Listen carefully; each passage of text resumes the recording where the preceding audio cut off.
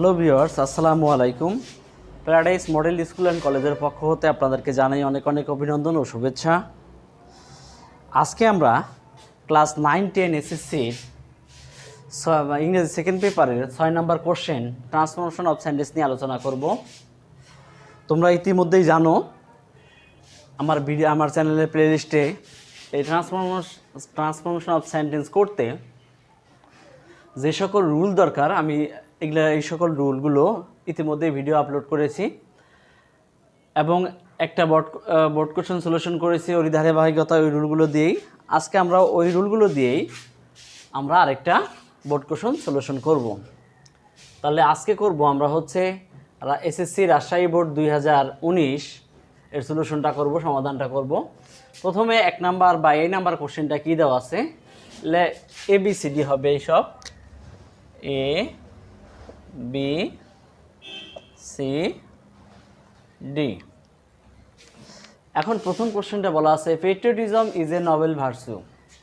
এখানে করতে বলা হয়েছে ইন্টারোগেটিভ। কি করতে বলা হয়েছে? ইন্টারোগেটিভ। আমরা প্রত্যেকটাই সলিউশন করব এবং সাথে সাথে শর্ট নোটগুলো লিখে নেব। যদি এই ধরনের কোনো বাক্য ইন্টারোগেটিভ সেন্টেন্স করতে হয় তাহলে গঠনটা হচ্ছে কি যেন আমরা কি শিখেছিলাম, আমি সাইড দিয়ে লিখে দিচ্ছি। প্রথমে HB প্লাস নট শর্ট ফর্মটা দিব প্লাস সাবজেক্ট প্লাস বাকি অংশ। তাহলে দেখি এই বাক্যটার মধ্যে আমার HBটা কোনটা, হেল্পিং ভার্বটা কোনটা, এটাকে আমি আনসার করে ফেলছি। তাহলে প্রথমে হলো HB হলো আমার সাহায্যকারী ভার্ব, হলো এখানে আমার ইজ। হ্যাঁ, ইজ লিখে ফেললাম।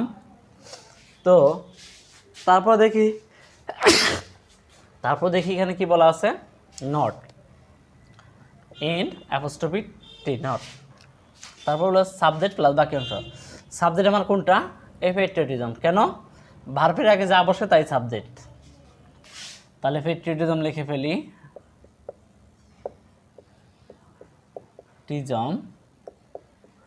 হ্যাঁ, বাকি অংশ এটা গেছে আর কি আছে, এ নোবেল ভার্চু।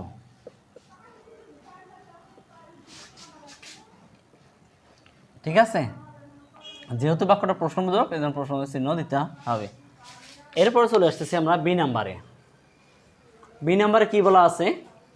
তাহলে এখানে এটা আনসারটা কি হলো, isn't patriotism is a Nobel virtue, প্রশ্নবোধক চিহ্ন।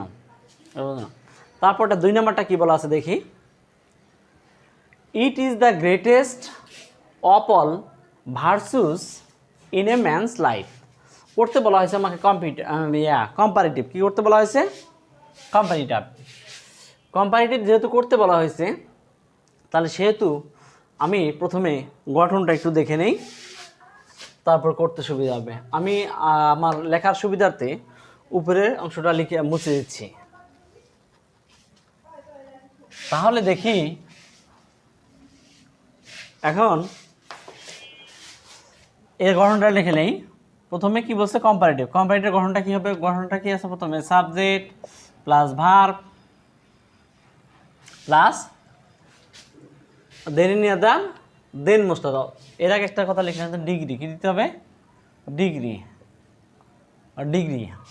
প্লাস কি আছে, অল থাকলে দেন অল আদার লিখতে হয়। কি লিখতে হয়? দেন অল আদার লিখতে হয়। দেন অল আদার এর পরিবর্তে প্লাস বাকি অংশ। প্লাস কি? বাকি অংশ। আচ্ছা, তাহলে প্রথমে কি আমার এখানে দেখতে হবে সাবজেক্ট কোনটা? এটা হচ্ছে ভার্ব। আমরা জানি ডিগ্রিতে সাধারণত is R was R verb হয়ে থাকে। তাহলে এটা ভার্ব, এটা দা হচ্ছে সুপারলেটিভের সাইন বা লক্ষণ, এটা হচ্ছে ডিগ্রি। এটা কি? ডিগ্রি। আচ্ছা, এখন আমি যদি করে ফেলি, প্রথমে বলা আছে সাবজেক্ট আমার কি? ইট। অ্যান্সারটা যদি আমি লিখি ইট। তারপর বলা আছে ভার্ব আমার কোনটা? ইজ দিলাম। ডিগ্রি আমার কোনটা? এই যেটা গ্রেটেস্ট। তাহলে যেহেতু কম্পারেটিভ করতেছি কম্পারেটিভ ফর্মটা বসাতে হবে। তাহলে গ্রেটেস্ট এর ফর্ম মানে হচ্ছে কম্পারেটিভ ফর্ম হচ্ছে গ্রেটার। এটা গ্রেটার দিয়ে ফেললাম। তাহলে কি বলা আছে, প্রথমে সাবজেক্ট ভার্ব, তারপর হচ্ছে ডিগ্রি, ডিগ্রি দিয়ে ফেললাম। তারপর হচ্ছে কি আছে, দেন অল আদার। কার পরিবর্তে, এই যে অপলের পরিবর্তে লিখি দেন অল আদার, ঠিক আছে। তারপর বলা আছে বাকি অংশ, মানে অর্থাৎ virtues in a man's life. তাহলে ওটাই লিখি virtues in a man's life. Okay, তাহলে এটা আমাদের হয়ে গেল। তাহলে আনসারটা হলো it is greater than all other virtues in a man's life. আচ্ছা, এখন আমি বি নাম্বারটা মুছে দেব, কারণ হচ্ছে একটা ক্লান যে হিজিবিজি দেখা যাচ্ছে, তাহলে এটা আমি মুছে দিচ্ছি, উপরের রুলটা সব মুছে দিচ্ছি, পরবর্তীটা করতে সুবিধা হবে, পরিষ্কার দেখাবে। এখন দেখি আমার আসছে কোনটা, নেগেটিভ। কি করতে বলেছে তারপরের বাক্যে দেখি কি করতে বলা হয়েছে। C number, it persuades a man's to do everything just, এই বাক্যটা বলেছে। এই বাক্যটা 3 নিয়মে নেগেটিভ করা যাবে, 3 ভাবে করা যাবে। আমরা জানি নেগেটিভ নেগেটিভ পজিটিভ হয়, অর্থাৎ মাইনাস মাইনাস যেমন প্লাস ওইরকম হয়। এখানেও আমি একটা নট বসিয়ে এখান থেকে বাক্য একটা নেগেটিভ করে করতে পারবো, বা পরপর দুটি বাক্য নেগেটিভ করে তাও করতে পারবো। হ্যাঁ, দুটো ভাবে করতে পারবো। দেখি আমাদের কাছে সোজা যেটা হয় সেটাই করবো। আমরা জানি দুইটা বাক্য, দুইটা ওয়ার্ড পরপর নেগেটিভ করলেই পজিটিভ হয়ে যায়, ওই যে মাইনাস মাইনাস প্লাসের মতো। তাহলে এটা দিয়েও শিখছি আমরা, ওটা দিয়েও দুইটাভাবেই করা যাবে। এটা খুব সোজা। আমি এই বাক্যটাকে যদি নেগেটিভ করি, এটা যেমন এভরিথিং আছে, এর বিপরীত হবে কি, নাথিং, অর্থাৎ নেগেটিভ হলে বিপরীত মানে কি, এটা যদি পজিটিভ হয় এটা বিপরীত নেগেটিভ। জাস্ট, এর বিপরীত কি, আনজাস্ট, আনজাস্ট। তাহলে দুইটাই নেগেটিভ হলো, মানে পজিটিভ। নেগেটিভ বাক্য আমরা এমনভাবে করব যাতে করে আমাদের অর্থের কোনো পরিবর্তন না হয়, অর্থাৎ অর্থের পরিবর্তন হবে না, কিন্তু ওয়ার্ডের বা গঠনের পরিবর্তন হবে। তো আমরা খুব সোজাই দুইটা বাক্যকে আমরা এভাবে নেগেটিভ করতে পারি, এটাভাবে করতে পারো। এটা আনসারটা আমি এখানে দেই। আনসারটা হচ্ছে ইট পারসিউড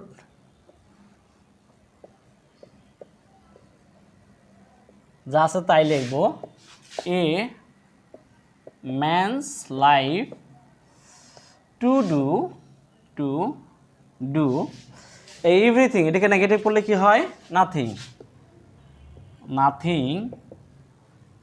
আর জাস্টের বিপরীত করি আনজাস্ট, এটা হতে পারে। ঠিক আছে, এই হয়ে গেল আমার সি নাম্বারটা। এখন এটা মুছে দিচ্ছি। তাহলে it persuades a man's life to do nothing unjust. তাহলে এটা মুছে দিচ্ছি। এখন আমি করব হচ্ছে ডি নাম্বারটা। কি নাম্বার করব, D number.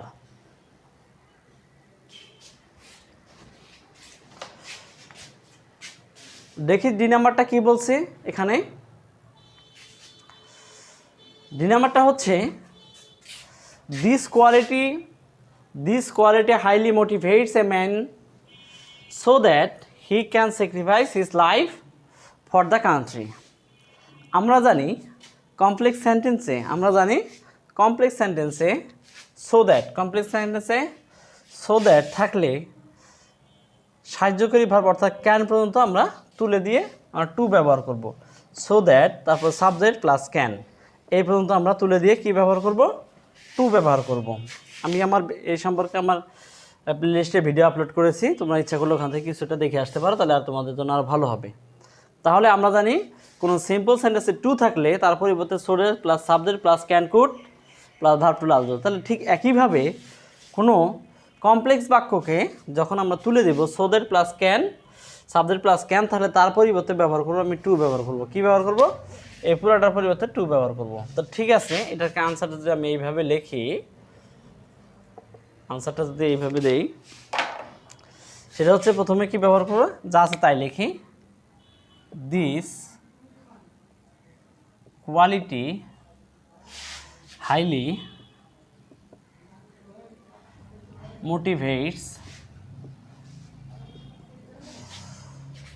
motivates a man, হ্যাঁ, a man, এই যে so that plus subject plus could এর পরিবর্তে ব্যবহার করবো আমি to plus verb to last, verb হলো আমার স্যাক্রিফাইস, হ্যাঁ, স্যাক্রিফাইস যা আছে তাই, আর কোনো কিছু তো ইয়া করতে হবে, his life for the country, হ্যাঁ, ফর দ্য কান্ট্রি। এই হয়ে গেল আমার চারটা। এখন আমরা যাব পরবর্তী চারটায়। এখন আমরা করব ই নাম্বারটা। ই নাম্বার কী বলা আছে, what an outstanding quality it is, এটাকে করতে বলা হয়েছে অ্যাসার্টিভ। এখন আমাকে সর্বপ্রথম জানতে হবে অ্যাসার্টিভের গঠনটা কী। যদি এই ধরনের বাক্যকে অ্যাসার্টিভ করতে হয় সেক্ষেত্রে অ্যাসার্টিভ গঠনটা কী করতে হয়, আমি একটু শর্টকাট নোট দিয়ে রাখছি। প্রথমে সাবজেক্ট, পরে ভার্ব প্লাস এ অথবা এন, হ্যাঁ, প্লাস ভেরি অবলিক গ্রেট, হ্যাঁ, গ্রেট প্লাস অবজেক্ট, তাহলে আমি এটাকে যদি করি তাহলে প্রথমে কী নিতে হবে আমাকে, সাবজেক্ট, তারপর ভার্ব এ অথবা এন। আচ্ছা, প্রথমে সাবজেক্ট কি আমার ইট, তাহলে আনসারটা যদি আমি এখানে লিখি ইট, ভার্বটা হচ্ছে ইজ, এ অথবা এন, তাহলে আমি কোনটা নেব, এখানে এন আছে বলে এন নেব না, এখানে আসলে কি বসাবো, ভেরি বসাবো না গ্রেট বসাবো না অন্য কিছু বসাবো। ভেরি অথবা গ্রেট ছাড়াও অন্য কিছু থাকতে পারে, তবে এখানে যেহেতু হোয়াট এ অথবা এন, তাহলে কি লিখতে হয়, এ ভেরি, কি লিখতে হয়, এ ভেরি। তাহলে কি নিলাম, এ নিলাম, তারপরে ভেরি নিলাম, তারপর বলা আছে অবজেক্ট অংশ। তাহলে আমার এটা চলে গেল, এটা চলে গেল, আর বাকি যা থাকলো এটা গেছে, এটা গেল, আর কি থাকলো আউটস্ট্যান্ডিং কোয়ালিটি। তাহলে কি লিখি আমি, আউটস্ট্যান্ডিং কোয়ালিটি,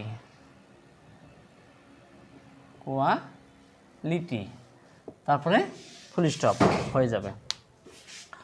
এখন তারপরটা যদি আসি, কি বলা আছে, a man having patriotic zeal is called Patriot.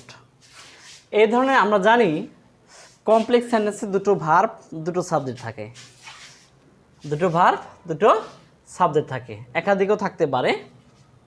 তাহলে আমাকে এখানে আমার একটি ভার্ব পাইছি, সাবজেক্ট আছে, এখন এটা দ্বারা আমাকে তাহলে একটা কি করতে হবে, ভার্ব তৈরি করতে হবে।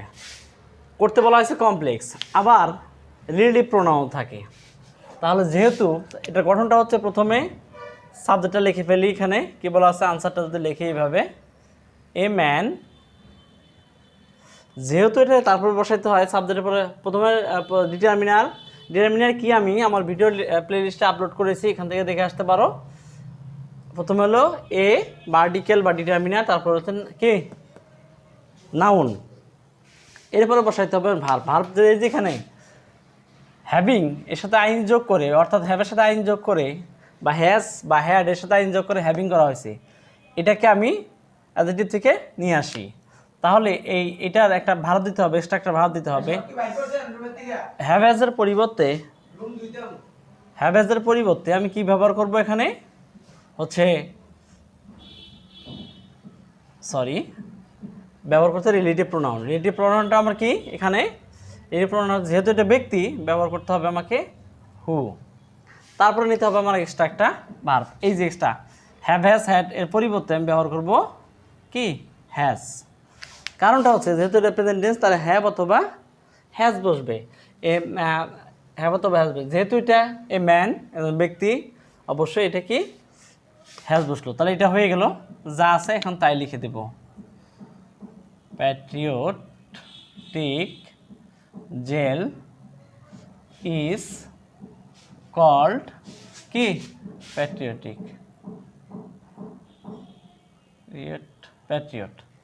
তাহলে কি হলো দেখি, প্রথমে সাবজেক্টটা বসালাম, তারপরে রিলেটিভ প্রোনাউন বসালাম, তারপরে এক্সট্রা একটা এইচবি, অর্থাৎ এটাকে রূপ পরিবর্তন এখানে বসালাম, যা আছে তাই থাকলো। এখন চলে আসি জি নাম্বারে, a patriot fears none but the creator. করতে বলা হয়েছে আমাকে, এটা কি অ্যাফার্মেটিভ। আমরা জানি অনলি বা অ্যালোন থাকলে ব্যক্তির ক্ষেত্রে নান বাট বসে, বস্তুর ক্ষেত্রে নাটিং বাট বসে। তাহলে এখানে এই যে নান বাটটা আছে, এর পরিবর্তে আমি শুধু বা অনলি বা অ্যালোন বসতে পারি। আচ্ছা, দুটোই হতে পারে এ। তাহলে আমি এটা আনসার যদি করি, এটা কি হয়? আনসারটা হচ্ছে এ প্যাট্রিয়ট ফেয়ার্স, এটার পরিবর্তে কি অনলি বা অ্যালোন, তাহলে কি দেই? অনলি দ্য ক্রিয়েটর হয়ে গেল আমার। এরপরে চলে আসতেছি হচ্ছে 8 নাম্বারে। এটাকে একটু বোঝার সুবিধাতে আমি উপরেরটা লেখাটুকু মুছে দিচ্ছি, তাহলে সুবিধা হবে।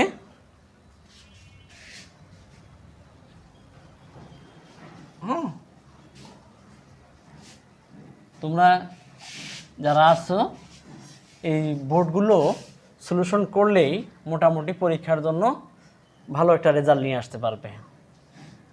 বোর্ড সলিউশন করলেই এই লেভেলের মধ্যেই পরীক্ষায় থাকে, এর বাইরে থাকে না। সুতরাং বোর্ড সলিউশনগুলো তোমরা করবে, তাহলে সুবিধা হবে। পরবর্তী গুলো করবে, কমন পড়বে, অবশ্যই কমন পড়বে নিঃসন্দেহে। এখন এই বাক্যটাকে বলা হয়েছে কম্পাউন্ড করতে। By taxes he pay the law, obey the law. মানেটা হচ্ছে যে এরকম যদি বাক্য থাকে বাই প্লাস, সরি এখানে পে হইতো, তার সাথে আইন যোগ হবে, তাহলে ইয়ার বাক্যটা কি?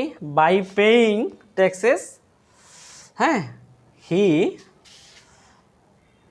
Obese the law. তাহলে এই ধরনের বাক্য যদি বাই প্লাস ভার্বের সাথে আইন যদি থাকে, বাই প্লাস ভার্বের সাথে আইন যদি থাকে, তাহলে আমরা এটা কী করতে বলেছি? কি কম্পাউন্ড।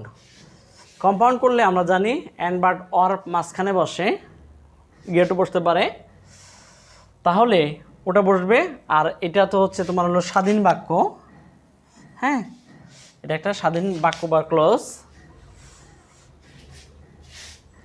স্বাধীন ক্লজ। আর এখানে এই পাশে যেটা থাকবে এটাকে দিয়ে আমার একটা বাক্য তৈরি করতে হবে। এই পাশেও একটা কি থাকবে?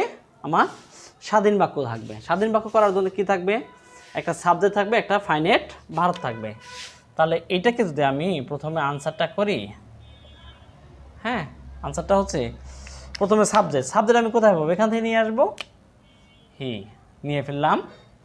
ওই সাবজেক্ট, ওই সেন্টেন্সে যে সাবজেক্ট এখানে নিয়ে আসলাম। এটা কোন টেন্সে আছে? প্রেজেন্ট টেন্সে আছে, এই পাশটা আমার প্রেজেন্ট টেন্সে আছে। তাহলে এখানে ভার্বটা কি আমার? পে। বাইয়ের কারণে আইন যোগ হয়ে গেছে, তাহলে এই ভার্বটা হচ্ছে আমার পে, তার সাথে আইন যোগ করলাম পেই। বাই যখন থাকবে না তখন এটাও থাকবে না, তাহলে এটা কি হবে? পে। এটা হবে কিন্তু এস হবে, কেন? সাবজেক্টের 3% সিঙ্গুলার নাম্বার, এই বাই পে। অবজেক্টটা কি আমার? ট্যাক্সেস। অবজেক্টটা কি? তারপর এখানে এই কমার জায়গায় আমি ব্যবহার করব অ্যান্ড, কমার জায়গায় ব্যবহার করবো অ্যান্ড, যা আছে তাই লিখে দেব। হি অবে, হ্যাঁ, অবে দ্য ল। আচ্ছা, এখন কি হলো? একটা অ্যান্ড যুক্ত হয়েছে, একটা স্বাধীন বাক্য, এই পাশেও একটা স্বাধীন বাক্য। এই তো হয়ে গেল আমাদের কি নাম্বার পর্যন্ত? 8 নাম্বার পর্যন্ত। এখন আমরা করব পরবর্তীটা। এখন আমরা আই নাম্বারে দেখব কি লেখা আছে। He is respected by all, বাক্যটাকে করতে বলা হয়েছে অ্যাক্টিভ।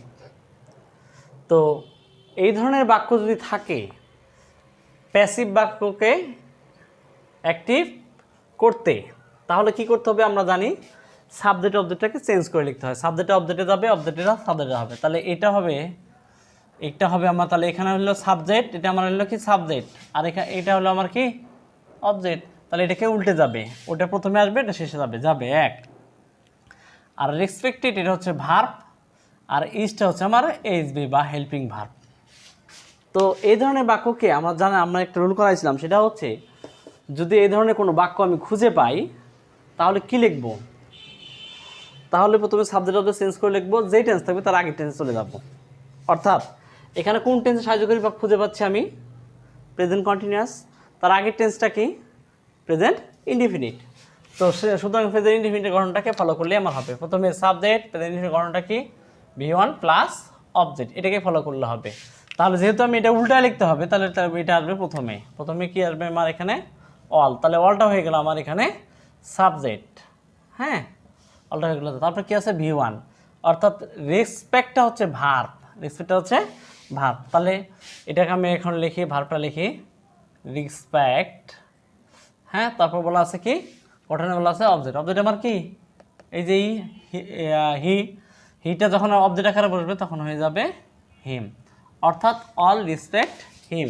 এই বাক্যটার আনসার হয়ে গেল। এখানে দেখি উই শুড বি প্যাট্রিয়ট করতে বলা হয়েছে ইম্পারেটিভ। যদি এই ধরনের কোনো বাক্য পাওয়া যায় যে সো দিয়ে অ্যাড বা অলরেডি যদি থাকে, এগুলো থাকে, এগুলো প্রথমে এগুলো অ্যাডভার্ব, এগুলোর মধ্যে হাত না দিলেও চলবে। এটাকে যদি আমি আনসার করি তাহলে ছোটোকে আমি হাত দিব না, তাহলে ওটা থেকে গেল। তারপরে কি বলা আছে এই যে আই এবং উই, যে ফার্স্ট পারসন দ্বারা কোনো সিম্পল যদি অ্যাসার্টিভ বাক্য শুরু হয়, এই ধরনের বাক্যকে যদি ইম্পারেটিভ করতে বলা হয়, প্রথম ব্যবহার করতে হবে লেটস। কি ব্যবহার করতে হয় লেট। এরপর হচ্ছে সাবজেক্টের কি অবজেক্ট ফর্ম উই, এর অবজেক্ট ফর্ম কত আস। তাহলে এটাকে আমরা আসও লিখতে পারবো বা সংক্ষেপে এইভাবে লিখতে পারি লেটস।